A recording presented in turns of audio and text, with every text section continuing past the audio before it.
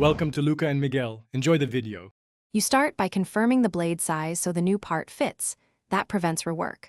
Once done, turn the ignition off and lift the wiper arm away from the glass. Use a protective cloth between metal and paint. Make sure the arm is stable in the upright position.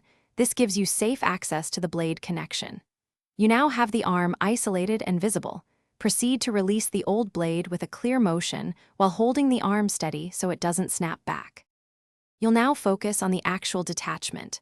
Identify the mount type, hook, pin, or bayonet because the release action differs. Once you find the clip, press or slide it while pulling the blade downward or outward.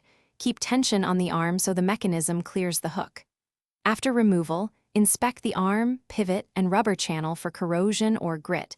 Clean any debris with a cloth and some light solvent if needed. This prevents new blades from binding and extends blade life. You finish by aligning the new blade adapter to the arm and reversing the removal steps.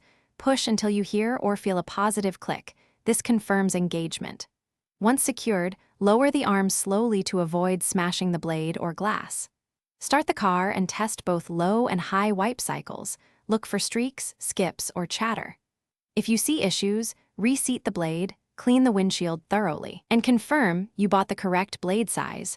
Those fixes solve most problems. Thanks for watching and please subscribe. It's the best investment you'll ever make.